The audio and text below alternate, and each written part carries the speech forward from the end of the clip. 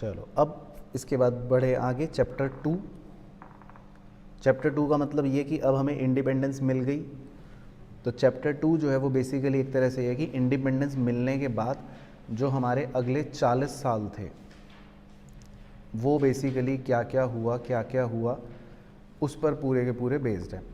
तो सबसे पहला क्वेश्चन तो यहीं से शुरू हुआ कि जब हम इंडिपेंडेंट हुए, आज़ाद हुए, तो हमें अपनी इकनॉमी को आगे अब कैसे लेके जाना है उसके लिए प्लानिंग करनी थी, तो जिसको हम बोलते हैं इकोनॉमिक प्लानिंग। तो इकोनॉमिक प्लानिंग करने के लिए एक सेंट्रल अथॉरिटी बनाई गई जिसका नाम क्या था, प्लानिंग कमीशन, है ना। तो जो मतलब अपने टारगेट सेट करेगा, जो प्रोग्राम्स और पॉलिसीज़ बनाएगा कि कैसे अब इकनॉमी हम आगे लेकर जाएंगे। तो दो तरह की प्लानिंग होती है, एक को बोलते हैं, ये सिर्फ नॉलेज पर्पज से हमें पता होना चाहिए, एक को बोलते हैं डायरेक्टिव प्लानिंग जो आमतौर पे कैपिटलिस्ट इकनॉमी फॉलो करते हैं, और एक को बोलते हैं कॉम्प्रिहेंसिव प्लानिंग जो सोशलिस्ट इकनॉमी फॉलो करते हैं। लेकिन हमारे सामने क्वेश्चन ये था सबसे बड़ा कि हम मतलब इंडिया जो है, क्योंकि इंडिया को ये सोचना था कि हम किस तरह का इकोनॉमिक सिस्टम अडॉप्ट करें, क्या हम कैपिटलिस्ट इकनॉमी बने या हम सोशलिस्ट इकनॉमी बने। तो थोड़ा थोड़ा आपको आइडिया होगा वैसे तो कैपिटलिस्ट और सोशलिस्ट क्या होते हैं, बट फिर भी बता देता हूँ। कैपिटलिस्ट इकनॉमी मेनली होती है जो प्रॉफिट मोटिव के लिए काम करती है, जहाँ पे ज़्यादातर या सारे रिसोर्सेज जो होते हैं वो प्राइवेट सेक्टर ओन करते हैं, है ना। तो यहाँ पर जो है वेलफेयर कोई मोटिव नहीं होता, यहाँ पर गवर्नमेंट जो है वो नहीं होती, यहाँ पे प्राइवेट ओनर्स होते हैं जो सिर्फ प्रॉफिट के लिए मेनली काम कर रहे होते हैं। सोशलिस्ट इकनॉमी इसके दूसरी रूप में होती है एक ऐसी इकनॉमी जिसमें सारे डिसीजंस, सारे रिसोर्सेज गवर्नमेंट ओन करती है, गवर्नमेंट लेती है, और यहाँ पे जो मेन ऑब्जेक्टिव होता है वो इनका होता है सोशल वेलफेयर का। तो अब इंडिया को ये सोचना था कि हम कैपिटलिस्ट इकनॉमी बने या सोशलिस्ट इकनॉमी बने। कैपिटलिस्ट हम इसलिए नहीं बन सकते थे क्योंकि हमारे देश में ऑलरेडी पॉवर्टी बहुत ज़्यादा थी, तो पता चला पुअर को हम बहुत ज़्यादा और एक्सप्लॉइट करते। पूरी तरह से हम सोशलिस्ट भी नहीं बन सकते थे क्योंकि हमारे पास पैसों की भी कमी थी, तो हमें कुछ पैसे भी कमाने थे, तो हमको प्रॉफिट का भी सोचना था। तो इसीलिए अल्टीमेटली हमने क्या डिसीजन लिया कि हम मिक्स्ड इकनॉमी मॉडल को फॉलो करेंगे। तो कुछ मेजॉरिटी हिस्सा पब्लिक सेक्टर संभालेगा और थोड़ा बहुत हिस्सा प्राइवेट सेक्टर संभालेगा। इस तरह से मिक्स्ड इकनॉमी को हमने अडॉप्ट कर लिया। बाकी छोटी से पॉइंट है कि भाई किसी भी इकनॉमी में प्रॉब्लम्स आती हैं, तो इसी तरह हमारी इकनॉमी में भी कुछ प्रॉब्लम्स आएंगी। ये आपने वैसे बचपन में भी पढ़ा होगा। 3 तरह की सेंट्रल प्रॉब्लम्स होती हैं, क्या क्या, what to produce, how to produce और फॉर होम टू प्रोड्यूस। बिल्कुल सही। तो इसमें ज़्यादा कुछ समझाने के लिए मेरे है नहीं, तो वो आपको पता ही है। व्हाट टू प्रोड्यूस मतलब क्या बनाएं, how to produce techniques of production कौन सी रखें, और फॉर होम टू प्रोड्यूस की रिच के लिए बनाएं या पुअर के लिए बनाएं। तो खैर इंडिया ने तो मिक्स्ड इकोनॉमिक सिस्टम जो है उसको अडॉप्ट करा, जैसा मैंने बताया। तो इंडिया ने बेसिकली सबसे पहले प्लानिंग शुरू करी, और प्लानिंग शुरू करने के लिए उन्होंने या हमने बेसिकली जो यूएसएसआर का मॉडल था उसको फॉलो कर लिया। यूएसएसआर का मॉडल बेसिकली क्या था, 5 ईयर प्लान्स का, राइट। तो इंडिया में प्लानिंग कमीशन सेटअप किया गया और 5 ईयर प्लान्स का जो मॉडल है उसको मतलब बनाया गया। तो उसमें ये होता था कि हम हर 5 साल के लिए प्लान्स बनाएंगे और इकनॉमी को 5-5 साल आगे लेके जाएंगे, और उस हिसाब से फिर पॉलिसियाँ या प्रोग्राम्स बनाते रहेंगे। अब इसमें सबसे इम्पॉर्टेंट क्वेश्चन है, मतलब ये ही टॉपिक एक मैं कह सकता हूँ कि बिल्कुल आने की संभावना है, वो ये कि 5 ईयर प्लान जो बनाए उसके गोल्स क्या होते हैं, है ना। ये क्वेश्चन पूछ लेता है कि 5 ईयर प्लान्स के गोल्स क्या होते हैं। तो इसको याद रखने का कोड है जेम्स। बचपन में आप सबने जेम्स की वो खाई होंगी, है ना, अभी भी खाते होंगे। तो GEMS ये इसका कोड हो गया, जेम्स, है ना। तो जेम्स की गोली याद रखनी है, इसको खाएंगे, यही हमारा गोल है। तो जेम्स का मतलब है, G का मतलब है ग्रोथ, है ना, पहले मेन हेड बता देता हूँ। E का मतलब है इक्विटी, उसके बाद M का मतलब है मॉडर्नाइजेशन, और S का मतलब है सेल्फ रिलायंस। तो जेम्स बन गया GEMS। अब एक एक करके देख लेते हैं। तो ग्रोथ का तो मतलब देखो नाम से क्लियर है। ग्रोथ का मतलब ये है कि हमारा पहला गोल ये है कि हमें अपने कंट्री का GDP जो है वो क्या करना है, बढ़ाना है। तो हमारे जो 3 सेक्टर्स हैं, चाहे प्राइमरी, चाहे सेकेंडरी, चाहे टर्शरी, उन तीनों सेक्टरों से हमारा GDP क्या होना चाहिए, बढ़ना चाहिए। तो इसको हम कह सकते हैं ग्रोथ है ना। तो इसमें हर सेक्टर आ गया। दूसरा है इक्विटी, ये भी इम्पॉर्टेंट गोल था। इक्विटी का मतलब बेसिकली होता है कि हमारे सोसाइटी में जो रिच और पुअर का भेदभाव है, यानी कि जो इनइक्वालिटी है, हमें उसे कम करना चाहिए ताकि हर व्यक्ति की बेसिक नीड्स पूरी हो सके।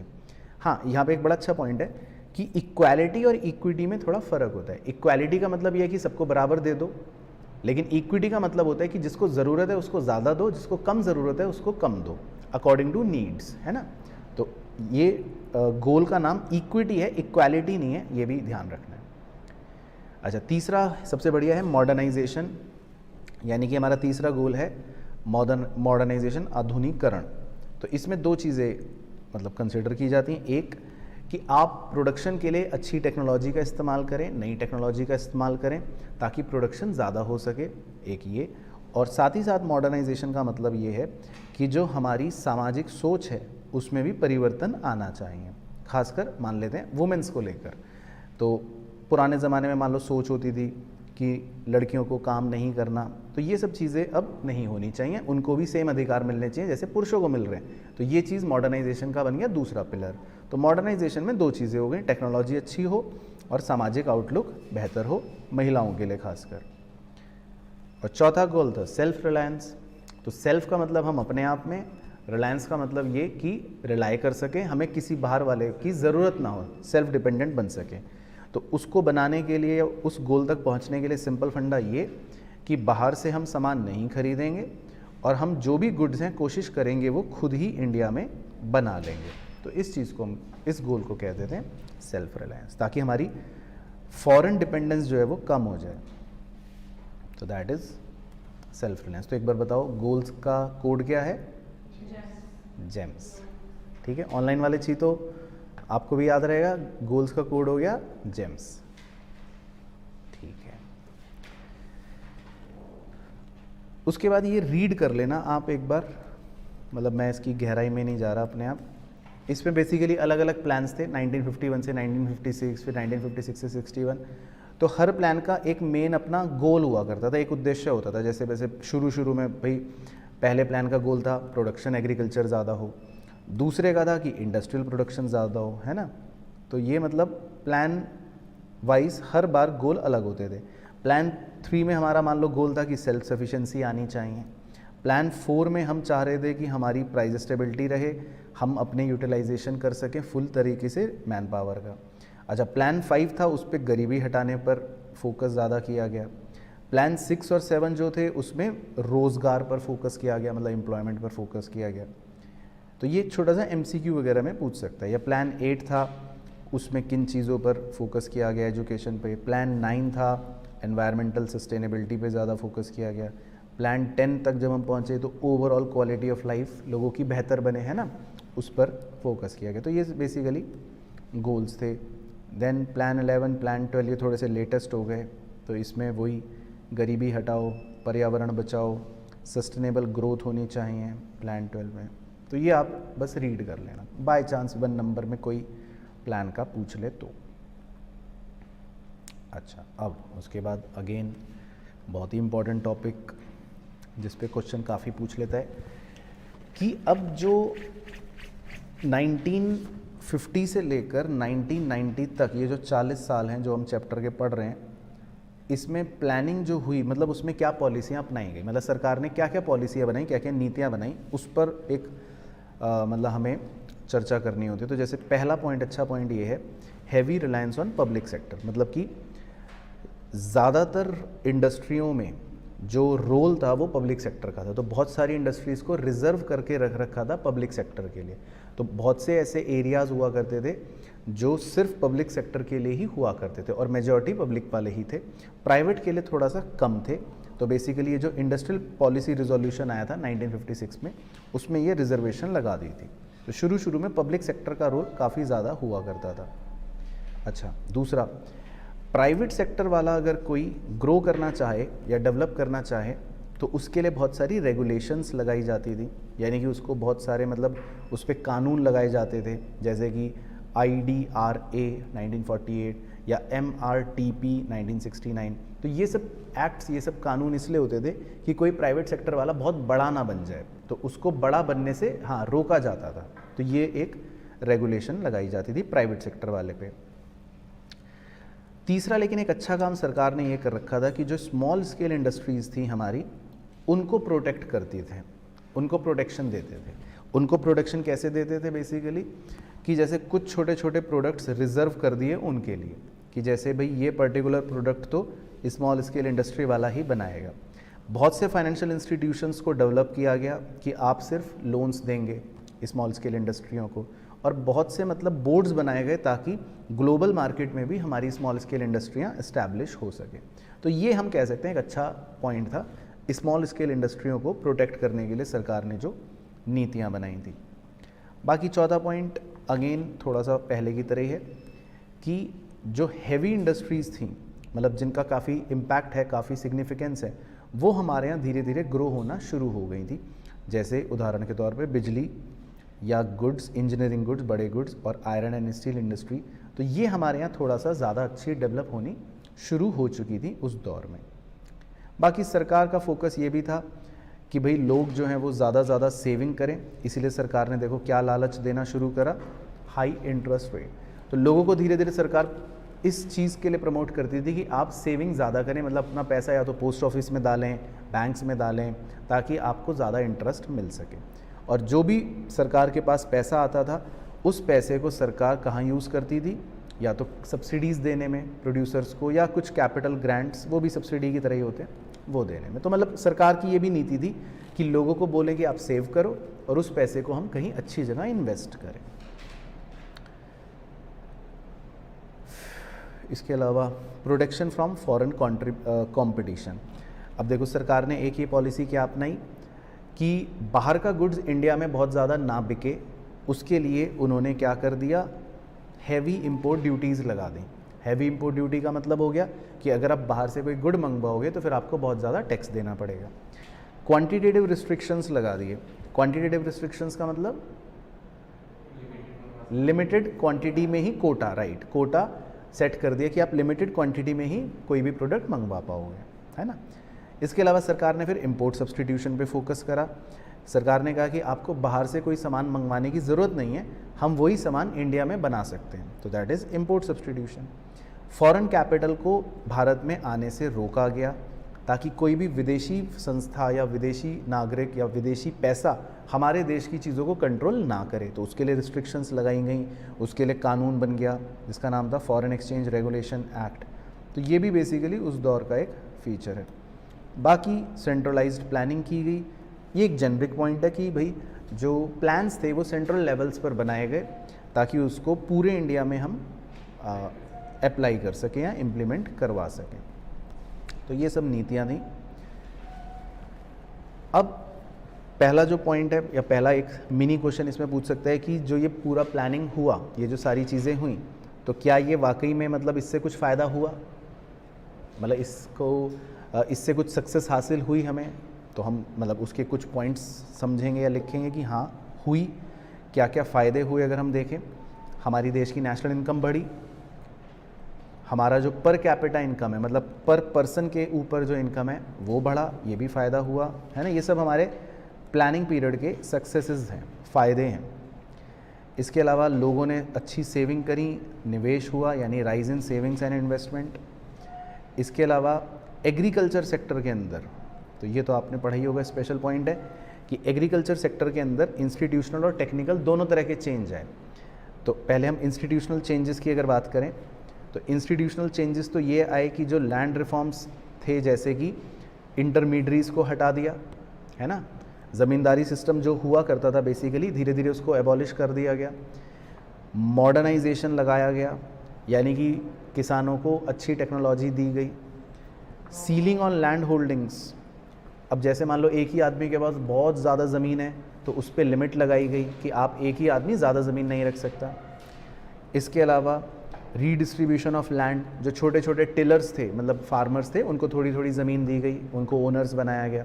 और होल्डिंग्स को कंसोलिडेट किया गया कि मान लो किसी एक आदमी के पास थोड़ी सी ज़मीन है, किसी एक के पास थोड़ी सी है, किसी एक के पास थोड़ी सी है, तो सरकार ने उनको उसके बदले में तीनों को एक साथ कंबाइन बड़ी ज़मीन करके दे दी, कंसोलिडेट कर दिया, ताकि वो अच्छे से फार्मिंग कर सकें। तो ये तो मतलब थे जो इंस्टीट्यूशनल चेंजेस थे।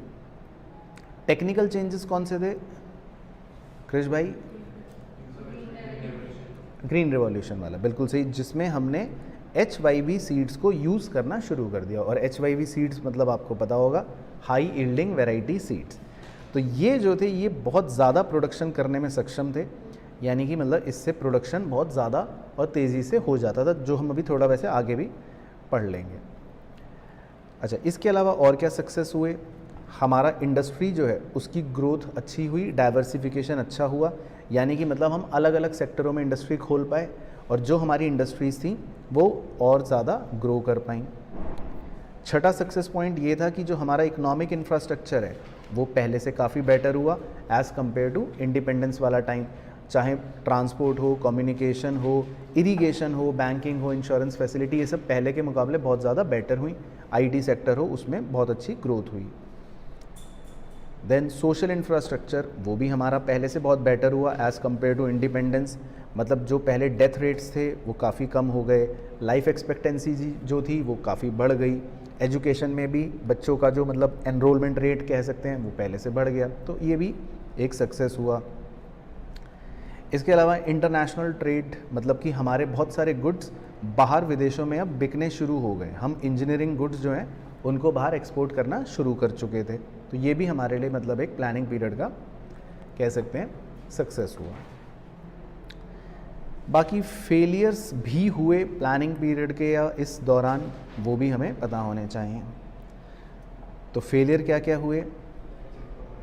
Abject poverty. एब्जेक्ट का मतलब ये बहुत ज़्यादा गंभीर, हाँ, कि मतलब इतना सब होने के बाद भी, इतना प्लानिंग करने के बाद भी मतलब हमारी 1/4 पॉपुलेशन स्टिल पॉवर्टी लाइन के नीचे थी। मतलब गरीबी जो थी वो अभी भी बहुत ज़्यादा थी, गंभीर थी। ये एक मतलब कह सकते हैं फेलियर था, है ना।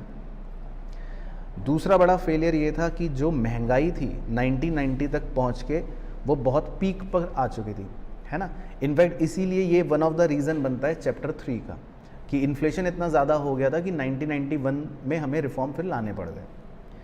तीसरा ये कि बेरोज़गारी, अनएम्प्लॉयमेंट जो है वो एब्सोल्यूट टर्म्स में काफ़ी ज़्यादा बढ़ गई थी। जो नंबर हैं मतलब अनएम्प्लॉयमेंट लोगों के, अनएम्प्लॉयड लोगों के, वो बहुत बढ़ गए थे। ये भी एक फेलियर कह सकते हैं। देन इंफ्रास्ट्रक्चर बहुत सी चीज़ों में हमारा इनएडिक्वेट था, मतलब पर्याप्त नहीं था। जितनी सड़कें होनी चाहिए उतनी नहीं थी, जितने स्कूल होने चाहिए उतने नहीं थे, जितनी बिजली आनी चाहिए उतनी बिजली बहुत जगहों पे नहीं आती थी। तो अभी भी इंफ्रास्ट्रक्चर मतलब हम कह सकते हैं पर्याप्त नहीं था, इनएडिक्वेट था। तो ये भी एक फेलियर का पॉइंट बन गया। बाकी जो हमारा डिस्ट्रीब्यूशन है, डिस्ट्रीब्यूशन का मतलब कि जो इनइक्वालिटी है वो भी थी, तो इसको बोलते हैं स्क्यूड डिस्ट्रीब्यूशन। मतलब ऐसा समझ लो कि जो रिच है उन्हें तो बहुत ज़्यादा मिल गया, जो पुअर है उन्हें बेचारों को बहुत कम मिल पाया। हाँ, तो डिस्ट्रीब्यूशन जो है वो मतलब बैलेंस नहीं था, तो इसको बोलते हैं स्क्यूड डिस्ट्रीब्यूशन। तो हमारे समाज में या आर्थिक रूप से भी इनइक्वालिटीज़ बहुत हो गई थी। ये भी मतलब इस प्लानिंग पीरियड का एक तरह से फेलियर था। तो मतलब प्लानिंग पीरियड का या प्लानिंग के सक्सेस भी थे और इसके फेलियर्स भी थे। अच्छा, अब वो थोड़ी सी चर्चा कर लेते हैं जो हमने एग्रीकल्चर वाले मतलब 2 पॉइंट्स जो टच करे थे उसको डिटेल में पढ़ लेते हैं। एक तो थे लैंड रिफॉर्म्स और एक थे टेक्नोलॉजिकल रिफॉर्म्स, है ना। तो लैंड रिफॉर्म्स तो हमने जो बताया वही मतलब एक बार दोबारा देख लेते हैं कि जैसे इसके अंदर जो एग्रेरियन हमारे इंस्टीट्यूशनल रिफॉर्म्स थे पहले वो देख लेते हैं। उसको याद रखने का कोड आप याद रख सकते हो, क्या? रैट, चूहा, ठीक है। तो आर का मतलब रीडिस्ट्रीब्यूशन ऑफ लैंड, ज़मीन को रीडिस्ट्रीब्यूट कर दिया गया। इसका मतलब ये है कि जैसे अगर एक ज़मींदार के पास बहुत सारी ज़मीन है तो उस पर लिमिट लगा दी, उसको बोला कि आप इससे ज़्यादा नहीं ले सकते, और थोड़ी ज़मीन अलग अलग लोगों को देना सरकार ने शुरू कर दिया।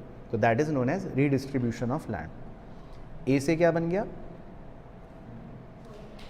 Abolition of intermediaries. तो पहले वो ज़मींदार सिस्टम था ही, हमें पता है ज़मींदार जो हैं वो इंटरमीडियरी हुआ करते थे।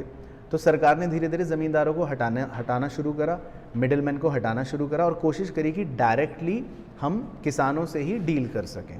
तो इसको बोल दिया एबॉलिशन ऑफ इंटरमीडियरी।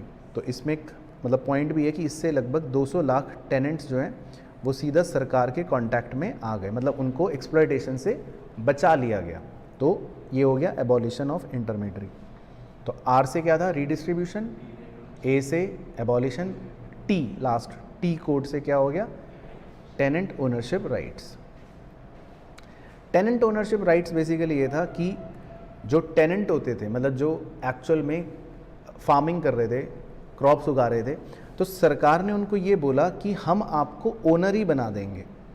तो अब अगर किसी टेनेंट को ये कह दे सरकार कि हम आपको ओनर बना देंगे इस ज़मीन का, तो उसके अंदर फिर एक मोटिवेशन आएगा, वो और ज़्यादा अच्छे से प्रोडक्शन करेगा और उससे एग्रीकल्चर में भी ग्रोथ आएगी। तो सरकार का ये मतलब एक टैक्टिक्स थी कि हम टेनेंट्स को ही ओनर बना देंगे, ताकि टेनेंट्स जो हैं उनको लगे कि अब तो ये ज़मीन मेरी है और मेरे को अच्छे से काम करना है। तो that is tenants ownership rights. तो ये बेसिकली थे इंस्टीट्यूशनल रिफॉर्म्स।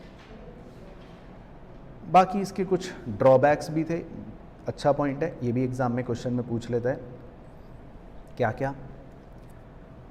पहला था, इस कानून में कुछ लूप होल्स थे, ज़मींदारों ने उसका फ़ायदा उठाया।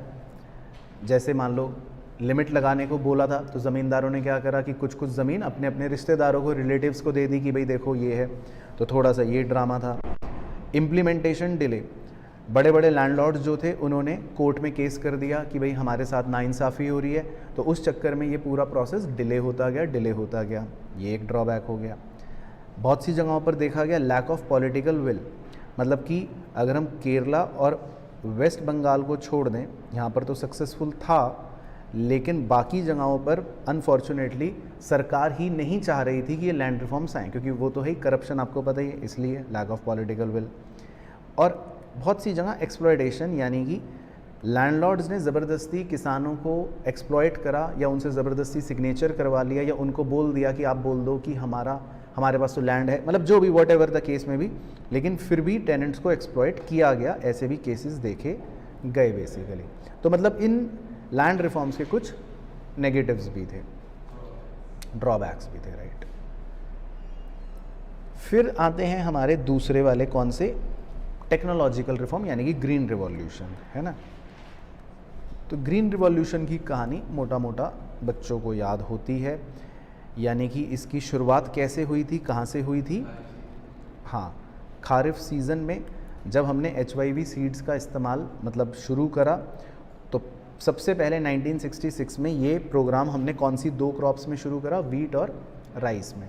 तो obviously high yielding variety seeds हमने इस्तेमाल करने शुरू करे, अच्छी इरिगेशन की सुविधाएं हमें मिली, इसमें अच्छे फर्टिलाइज़र्स, पेस्टिसाइड्स हमने इस्तेमाल करे, केमिकल वाले। तो ऑब्वियसली इससे हमारा जो प्रोडक्शन है वो क्या हो गया, काफ़ी ज़्यादा बढ़ गया, है ना। अब एक छोटा सा पॉइंट, पहला क्वेश्चन ये बनता है कि ग्रीन रिवॉल्यूशन लाने की क्या ज़रूरत थी। तो उसके 3 छोटे से पॉइंट्स हैं। पहली बात तो ये, क्योंकि हमारी ज़्यादातर पॉपुलेशन एग्रीकल्चर पर डिपेंड थी। दूसरा, हम पहले मॉनसून पर डिपेंडेंट रहते थे, जिस वजह से कई बार क्रॉप्स अच्छे नहीं हो पाते थे। और तीसरा, एग्रीकल्चर सेक्टर की प्रोडक्टिविटी क्या थी, बहुत कम। तो ग्रीन रिवॉल्यूशन के आने की वजह से वो प्रोडक्टिविटी क्या हो गई, बढ़ गई। फिर ग्रीन रिवॉल्यूशन कितने फेजेस में आया था कृष भाई? 2। पहला फेज़ था मिड 60s से मिड 70s, और दूसरा फेज़ था मतलब उसके बाद वाला मिड 70s से मिड 80s। तो इसमें कोई ज़्यादा मतलब लंबी चौड़ी कहानी नहीं है, बस फ़र्क ये है कि पहले फेज़ में हमने कुछ सेलेक्टेड स्टेट्स में मतलब इसको लगाया था, जो रिच स्टेट्स हैं, और कुछ सेलेक्टेड क्रॉप्स में इनको लगाया था, वीट और राइस। लेकिन फिर धीरे धीरे हमने इनको बाकी स्टेट्स में भी लगाना शुरू कर दिया, और अलग अलग ज़्यादा क्रॉप्स पर भी लगाना शुरू कर दिया। तो वो फेज़ 1 फेज़ 2 बेसिकली ये बन गए। हाँ, अब ये क्वेश्चन बन सकता है डेफिनेटली डायरेक्ट या इनडायरेक्ट या केस बेस्ड, कि ग्रीन रिवॉल्यूशन से हमारे क्या फ़ायदे हुए। तो 3 या 4 फ़ायदे एटलीस्ट आप ज़रूर मेंशन करना। वैसे इसका कोड दे रखा है क्या, SIDE, साइड, है ना, साइड हटो, बिल्कुल सही। तो साइड का मतलब है, S का मतलब है सेल्फ रिलायंस, यानी कि ग्रीन रिवॉल्यूशन के आने से एक तो क्या फ़ायदा हुआ कि हमने इतना अच्छा क्रॉप प्रोडक्शन करना शुरू कर दिया कि हम सेल्फ सफिशिएंट हो गए फूड ग्रेन्स में, मतलब अब हमें बाहर से ज़्यादा डिपेंडेंसी रखने की ज़रूरत नहीं पड़ी। इंक्रीज़ इन मार्केट सरप्लस, अब फार्मर्स जो थे उनका प्रोडक्शन इतना ज़्यादा था कि वो अपनी रिक्वायरमेंट्स को तो पूरा कर ही पा रहे थे, उसके अलावा वो बाज़ार में भी बेच पा रहे थे। तीसरा, जब प्रोडक्शन ज़्यादा होगी ऑब्वियसली फूड ग्रेन्स की, यानी कि सप्लाई अच्छी होगी मार्केट में, तो फिर प्राइजेस भी धीरे धीरे क्या रहेंगे, कम हो जाएंगे, महंगाई कम हो जाएगी। हाँ, और चौथा, सरकार को ये फ़ायदा हुआ ग्रीन रिवॉल्यूशन के प्रोडक्शन बढ़ने से कि सरकार इससे अपने पास एक्स्ट्रा बफर स्टॉक भी रख पाई, जो कभी उसने इमरजेंसी में यूज़ कर लिया या फिर कहीं पर कोई नेचुरल कैलेमिटी आई तो यूज़ कर लिया। तो मतलब इसके टोटल फ़ायदे 4 हुए। फिर एक छोटा सा पॉइंट ये भी बनता है कि ग्रीन रिवॉल्यूशन को अडॉप्ट करने में या इम्प्लीमेंट करने में कुछ चिंताएं थी। तो क्या चिंताएं थी? कुछ लोगों का ये भी कहना था कि ग्रीन रिवॉल्यूशन नहीं होना चाहिए। उनको क्या टेंशन थी? उन्हें लगा कि जो अमीर फार्मर है वो तो HYV सीड्स खरीद लेगा, वो तो फर्टिलाइज़र महंगे वाले खरीद लेगा, तो वो तो और बड़ा हो जाएगा। छोटा गरीब किसान जो है वो बेचारा पीछे रह जाएगा। तो बहुत से लोगों को ये लगा कि फार्मर्स में भी इनइक्वालिटी बहुत बढ़ जाएगी, कुछ फार्मर्स बहुत अमीर हो जाएंगे, कुछ फार्मर्स गरीब हो जाएंगे। दूसरा सबसे बड़ा चिंता ये थी कि HYV सीड्स या HYV क्रॉप्स जो होते हैं उन पे कीड़े मकोड़े जो हैं ये बहुत ज़्यादा अटैक करते हैं, तो इसीलिए पेस्ट अटैक्स का खतरा इन पर बहुत ज़्यादा था। तो ये मतलब कुछ ऐसे पॉइंट्स थे जो कंसर्न थे। बाकी सरकार ने क्या रोल करा या सरकार ने क्या स्टेप्स उठाए ग्रीन रिवॉल्यूशन को सक्सेसफुल बनाने के लिए? ऑब्वियसली जो सरकार कर सकती है, पहला तो क्या करेगी, पैसों की मदद, कि भाई आपको अगर फर्टिलाइज़र खरीदने हैं, आपको सीड्स खरीदने हैं, तो सरकार आपको पैसा दे देगी, सस्ते दाम पे लोन दे देगी।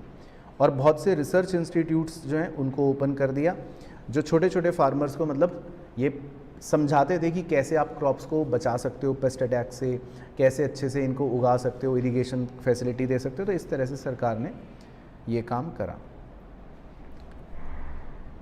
बाकी एक और इसमें टॉपिक आता है कि सरकार ने ये जो सब्सिडी दी ग्रीन रिवॉल्यूशन के टाइम पे एग्रीकल्चर सेक्टर में, क्या ये देनी चाहिए थी या नहीं देनी चाहिए थी? हाँ, तो इसमें दोनों पॉइंट्स इंपॉर्टेंट है। कुछ लोग तो फेवर में थे, ये भी बात पता होनी चाहिए 3 नंबर के लिए। जो फेवर में थे वो ये कह रहे थे क्यों सब्सिडी देनी चाहिए, क्योंकि एग्रीकल्चर एक बहुत रिस्की बिजनेस है फार्मर्स के लिए, तो ऐसे में गरीब किसान को तो सब्सिडी मिलनी चाहिए। दूसरा उनका पॉइंट ये था कि इनकम की इनइक्वालिटी बहुत ज़्यादा है, तो गरीब किसानों को सब्सिडी देने से एटलीस्ट इनकम की वो इनइक्वालिटी कम हो जाएगी, तो इसलिए सब्सिडी मिलनी चाहिए। और तीसरा ये रीज़न था कि पॉवर्टी भी बहुत ज़्यादा है, बहुत सारे फार्मर्स पुअर हैं, तो वो लोग सीड्स नहीं खरीद सकते, पेस्टिसाइड्स नहीं खरीद सकते, तो उनको सब्सिडी मिलनी चाहिए। लेकिन जो इकोनॉमिस्ट इसके अगेंस्ट थे वो भी बात हमें पता होनी चाहिए कि वो सब्सिडी को क्यों मना कर रहे थे कि नहीं देना चाहिए। अगर सरकार ज़्यादा सब्सिडियां देगी तो उसका बर्डन ऑब्वियसली किस पर आएगा, गवर्नमेंट पर आएगा। तो उनका ये कहना था कि हमें ये सब्सिडी नहीं देनी चाहिए, नहीं तो इसका बर्डन सरकार के ऊपर ही ज़्यादा आएगा। दूसरा, बहुत से लोगों को ये भी डर था कि सरकार जो है इस सब्सिडी का बेनिफिट किन को दे देगी, रिच फार्मर को दे देगी, तो जो एक्चुअल फार्मर्स हैं, एक्चुअल गरीब हैं, जिनको मिलना चाहिए सब्सिडी, उनको इसका फ़ायदा शायद नहीं मिल पाएगा। तो ये भी मतलब एक खतरा था उन्हें लगता। बाकी छोटा सा पॉइंट एक इसमें यह है कि इंडस्ट्रियल डेवलपमेंट को लेकर कि वो कैसा रहा ड्यूरिंग दैट प्लानिंग पीरियड। तो इसमें एक छोटा क्वेश्चन तो यही ऑब्वियसली कि जो हमारा इंडस्ट्रियों का डेवलपमेंट था ड्यूरिंग द प्लानिंग पीरियड वो क्या था, बहुत लिमिटेड था, बहुत कम था, क्योंकि हमारी मेनली जो शुरुआत हुई थी वो कौन सी इंडस्ट्रियों से हुई थी, कॉटन टेक्सटाइल या जूट इंडस्ट्री से। उसके बाद बस धीरे धीरे हम आयरन एंड स्टील फर्म्स में आए थे, जो जमशेदपुर और फिर दूसरी कोलकाता में ओपन हुई थी। अच्छा, एक 3 नंबर का क्वेश्चन पूछ सकता है, मतलब वो इम्पॉर्टेंट है इसमें, पब्लिक सेक्टर का क्या रोल था इन इंडस्ट्रियल डेवलपमेंट, क्योंकि हमारे 1950 से लेकर 1990 वाले दौर में ज़्यादा मेजॉरिटी रोल किसका था, पब्लिक सेक्टर का, इस टाइम पे पब्लिक सेक्टर का। तो इसीलिए इस पर क्वेश्चन पूछता है कि इंडस्ट्रियल डेवलपमेंट में पब्लिक सेक्टर का क्या रोल था। तो इसका कोड भी है वैसे तो, अगर आप याद रख सकते हो तो, लूज, LOSE। तो L का मतलब हो गया कि प्राइवेट सेक्टर वालों को बहुत कम इंसेंटिव मिलता था, जो हमने पहले देखा, क्योंकि इनको मतलब इनके लिए रिस्ट्रिक्शंस थी। प्राइवेट सेक्टर वाला अगर ज़्यादा आगे बढ़ता था तो इनको रोका जाता था, इनके लिए कानून बनाए जाते थे, जैसे MRTP एक्ट। दूसरा, पब्लिक सेक्टर का ऑब्वियसली ज़्यादा मोटिव क्या था, सोशल वेलफेयर, तो इसीलिए वो प्रॉफिट के लिए नहीं सोचते थे, और जबकि इकनॉमी को आगे बढ़ाने के लिए प्रॉफिट ज़रूरी था। तो ये भी मतलब एक पॉइंट बन गया थोड़ा सा फेलियर का आगे जाके। तीसरी चीज़, पब्लिक सेक्टर जो था उसके पास कैपिटल की कमी थी, प्राइवेट सेक्टर जो था उसके पास कैपिटल की कमी थी। तो मतलब उस टाइम पे जो हमारे कुछ प्राइवेट एंटरप्रेन्योर्स थे थोड़े बहुत, उनके पास इतना पैसा नहीं होता था कि वो अपनी कोई फैक्ट्री या अपना कोई इंडस्ट्री सेटअप कर सके। अब सरकार ने जितने कर लिए वो कर लिए, लेकिन कोई प्राइवेट एंटरप्रेन्योर अपनी इंडस्ट्री नहीं लगा पाता था क्योंकि उनके पास पैसों की कमी होती थी। बाकी हाँ, इसके अलावा पॉजिटिव साइड अगर हम देखें पब्लिक सेक्टर का इंडस्ट्रियल डेवलपमेंट में, तो इससे एम्प्लॉयमेंट जनरेशन अवश्य हुआ। यानी कि एम्प्लॉयमेंट जो है वो एब्सोल्यूट नंबर में चाहे बहुत ज़्यादा ना बढ़ा हो, लेकिन परसेंटेज टर्म्स में पहले से इम्प्रूव हुआ। तो मतलब ये पॉजिटिव भी है, हालांकि बहुत ज़्यादा नहीं हुआ तो इसको हम नेगेटिव भी कह सकते हैं, लेकिन अगर वैसे देखें पब्लिक सेक्टर के रूप में तो डेफिनेटली एम्प्लॉयमेंट थोड़ा सा हमारा इंक्रीज हुआ। अब आता है इसमें एक बहुत ही मतलब 1 या 3 नंबर का ऐसा टॉपिक जो किसी भी रूप में पूछ लेता है, वो है इंडस्ट्रियल पॉलिसी रिजोल्यूशन, IPR 1956। तो जो IPR है इंडस्ट्रियल पॉलिसी रिजोल्यूशन, ये बेसिकली हमारे सेकंड 5 ईयर प्लान में जब आया तो इसमें एक बड़ा काम हुआ। क्या हुआ? हाँ, क्लासीफाई कर दिया था कितनी कैटेगरियों में? 3 कैटेगरियों में, बस ABC। तो ये हमें याद रखना है कि इसमें बेसिकली इंडस्ट्रियों को 3 कैटेगरीज में डिवाइड कर दिया था, schedule A, schedule B, schedule C। Schedule A basically थी ऐसी वाली जो एक्सक्लूसिवली किसके लिए रख दी गई थी, मतलब गवर्नमेंट के लिए, सरकार के लिए। शेड्यूल B में वो वाली थी जिसमें मेन काम तो पब्लिक सेक्टर का था, लेकिन प्राइवेट सेक्टर उसमें थोड़ा बहुत अपने कुछ हेल्प या सप्लीमेंट्री एफर्ट्स लगा सकता था। और जो शेड्यूल C वाली बहुत ही छोटी मोटी इंडस्ट्रियां थी रिमेनिंग बची हुई, वो सारी की सारी प्राइवेट सेक्टर के लिए छोड़ दी गई थी। तो बेसिकली यहाँ पे क्लासिफिकेशन बना दिया गया था, इसमें ये एक इम्पॉर्टेंट चीज़ थी। फिर इंडस्ट्रीज़ का ही एक टॉपिक आता है SSI का, यानी स्मॉल स्केल इंडस्ट्रीज़ का। तो स्मॉल स्केल इंडस्ट्रीज़ जो है, इस पर 1 नंबर का क्वेश्चन तो सबसे पहले पूछ सकता है कि कौन सी कमेटी की रिकमेंडेशन थी? कार्वी कमेटी की रिकमेंडेशन थी। और इसका मेन मोटो बेसिकली 2 थे कि जो रूरल एरियाज़ हैं उनका डेवलपमेंट हो और एम्प्लॉयमेंट का जनरेशन हो, यानी कि ज़्यादा से ज़्यादा लोगों को नौकरियां मिल सकें। तो SSI जो है वो बेसिकली मतलब उसके कुछ इंपॉर्टेंट पॉइंट्स है वो डिस्कस कर लेता हूँ आपके साथ। तो सरकार ने देखो SSIs के लिए क्या करा, उन्हें बड़े कंपटीशन से बचाने के लिए प्रोटेक्शन दी, यानी कि उनके लिए कुछ गुड्स को रिजर्व कर लिया गया। और सरकार ने टाइम टू टाइम ऐसी पॉलिसियाँ बनाई कि स्मॉल स्केल इंडस्ट्रीज़ जो हैं वो प्रोटेक्टेड रहें। इसके अलावा सरकार ने बहुत सी स्मॉल स्केल इंडस्ट्रियों को कंसेशंस दिए, यानी कि उनको एक्साइज ड्यूटी कम कर दी या उनको सस्ते दामों पर बैंक लोन्स मिलना शुरू हो गए ताकि वो लोग एस्टैब्लिश कर सकें और अच्छे से काम कर सकें। तो ये मतलब कुछ छोटे पॉइंट्स थे जो पूछ सकता है इंडस्ट्रियल सेक्टर्स के। अच्छा, इसी तरह फिर आता है ट्रेड पॉलिसी। ट्रेड पॉलिसी का मतलब कि ये जो हमारा प्लानिंग पीरियड था 40 साल का, इसमें अगर हम अपनी ट्रेड पॉलिसी देखें तो सबसे पहला तो सरकार ने क्या लागू कर दिया था? Import substitution. इसको बोलते हैं, बिल्कुल सही, बड़ा इंपॉर्टेंट पॉइंट है, इनवर्ड लुकिंग ट्रेड स्ट्रेटेजी। सरकार का ये मानना था कि हमें बाहर से गुड्स कम इंपोर्ट करने हैं और जो भी गुड्स हैं वो हम अपने खुद इंडिया में बना सकते हैं। तो इसको बोलते हैं इंपोर्ट सब्सटीट्यूशंस। तो ऐसा करने के लिए सरकार ने 2 हथकंडे अपनाए, एक को बोलते हैं टैरिफ, एक को बोलते हैं कोटा। टैरिफ का मतलब टैक्स, तो सरकार ने ज़्यादा टैक्स लगाए, हैवी टैक्स लगाए इंपोर्टेड गुड्स पर। और कोटा का मतलब लिमिट, कि सरकार ने मैक्सिमम लिमिट तय कर दी कि अगर आपको इंपोर्ट करना है तो आप लिमिटेड क्वांटिटी ही कर पाओगे। बाकी क्वेश्चन ये भी पूछ सकता है कि इंपोर्ट सब्सटीट्यूशन के पीछे सरकार का मोटिव क्या था या सरकार ने क्यों इंपोर्ट सब्सटीट्यूशन करा। तो इंपोर्ट सब्सटीट्यूशन से ऑब्वियसली हमारा क्या हुआ, फॉरेन कंपटीशन अवॉइड हुआ, क्योंकि बाहर से गुड्स अब हम कम आ रहे हैं इंडिया में। जब हम इंपोर्ट्स कम करेंगे तो इससे हमारी फॉरेन एक्सचेंज की क्या होगी, सेविंग हो जाएगी। ये एक मोटिव था सरकार का।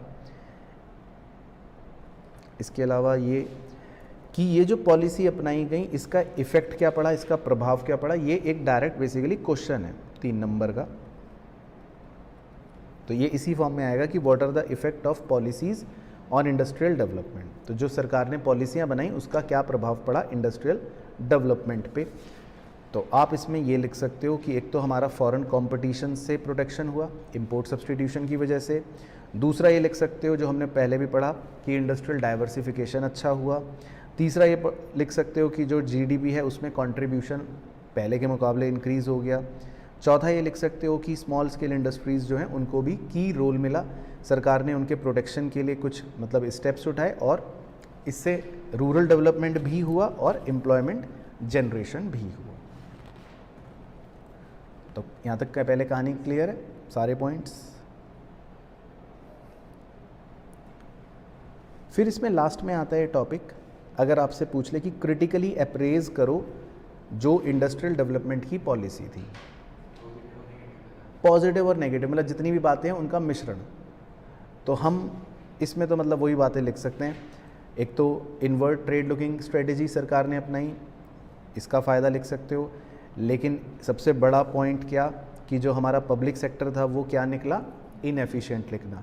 तो जो सरकार ने डोमिनेंट रोल अपने पास रख रखा था उसका कुछ फ़ायदा नहीं हुआ, बहुत सारी हमारी जो कंपनियां हैं वो लॉसेस में चल रही थी। तीसरा आप ये लिख सकते हो पॉइंट कि लाइसेंसिंग जो सरकार ने कर रखी थी एक पॉलिसी, उसका मिसयूज़ होना शुरू हुआ। जो बड़े इंडस्ट्रियलिस्ट थे, जो आज भी तो लोग यही कहते हैं ना कि सरकार ने पैसे खाए हैं, बड़े इंडस्ट्रियलिस्ट को देखो लाइसेंस दे दिया, वही सेम कहानी तब होती थी कि बहुत से बड़े इंडस्ट्रियलिस्ट जो हैं जिनको लाइसेंस मिल गया तो वो उन्होंने क्या करा कि अपने कॉम्पिटिटर को स्टार्ट ही नहीं करने दिया फर्म, उसने उस लाइसेंस का मिसयूज़ करना शुरू कर दिया। ये पॉइंट बन गया। बाकी आप ये कह सकते हो कि जो पब्लिक सेक्टर थे वो प्रॉफिट के लिए काम नहीं कर रहे थे, वो सोशल वेलफेयर के लिए ज़्यादा काम कर रहे थे, तो इसीलिए मतलब प्रॉफिट्स जो थे ऐसी कंपनियों के बहुत कम रहे। तो ये मतलब गिने चुने से पॉइंट्स हैं जो आप लिख सकते हो। ठीक है, तो सारे पॉइंट्स मतलब क्लियर है, याद आ गई स्टोरी। ठीक है, तो कंक्लूजन बेसिकली आप रीड कर लेना, मतलब इस पर कोई क्वेश्चन नहीं पूछेगा वैसे तो, बस वही है कि एग्रीकल्चर सेक्टर में सेल्फ सफिशिएंट हो गए और ज़मींदारी सिस्टम हट गया। इंडस्ट्रियल सेक्टर में अगर लिखना हो तो आप लिख सकते हो कि हम डाइवर्सिफाइड हो गए, लेकिन पब्लिक सेक्टर का परफॉर्मेंस बहुत बेकार था। ट्रेड सेक्टर में हमने इनवर्ड लुकिंग स्ट्रेटजी फॉलो कर ली, थोड़ा सा हम सेल्फ रिलायंट हो गए, लेकिन जो क्वालिटी ऑफ गुड्स थी वो ज़्यादा इम्प्रूव नहीं हुई। मतलब ये एक कंक्लूजन बेसिकली जनरेट है।